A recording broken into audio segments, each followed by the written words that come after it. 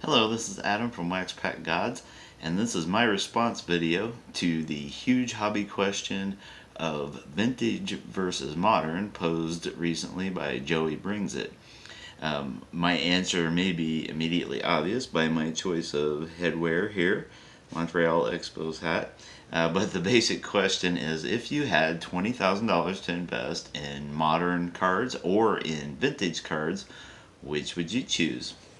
So, modern cards, sort of modern, 2019 tops, or vintage cards, sort of vintage, 1972 tops, and a couple of oddballs thrown in there. Which would I choose? Well, this guy is pretty much an outlier for me. I don't have a lot of newer cards laying around my house, although maybe I'll buy some this year. I think the 2020s look pretty good so far.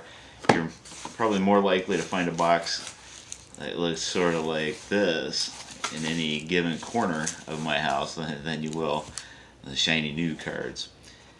All of that is to say, I would most likely, i.e. definitely, choose vintage cards. And it's mostly because I understand the vintage cards better than the modern cards, I would say.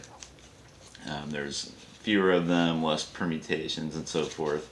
Or at least it seems that way to me. It's probably because I was so entrenched in the hobby in the 80s or so.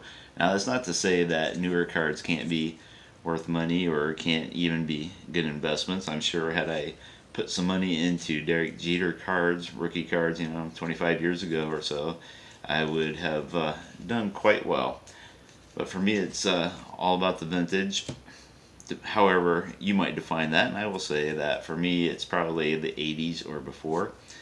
And one place I might put some of my money would be in completing kind of a childhood goal of mine, which would be to take the 1982 Kmart set and fill my collection with what are there, 44 cards here, actually 41 replica cards, and get the real cards to go into my collection. So 72 bench or whatever, get them as high a grade as I could to match the Kmart cards here that I've written about and talked about quite a bit over the years. These things have always kind of fascinated me, and I think they would be a pretty cool vintage parallel, if you will. So anyway, regardless of which way I went, I think my 20 grand would go into vintage cards rather than new modern cards. Thank you to Joey Brings It for this interesting topic and for bringing some conversation to the community. And I hope you've enjoyed my response.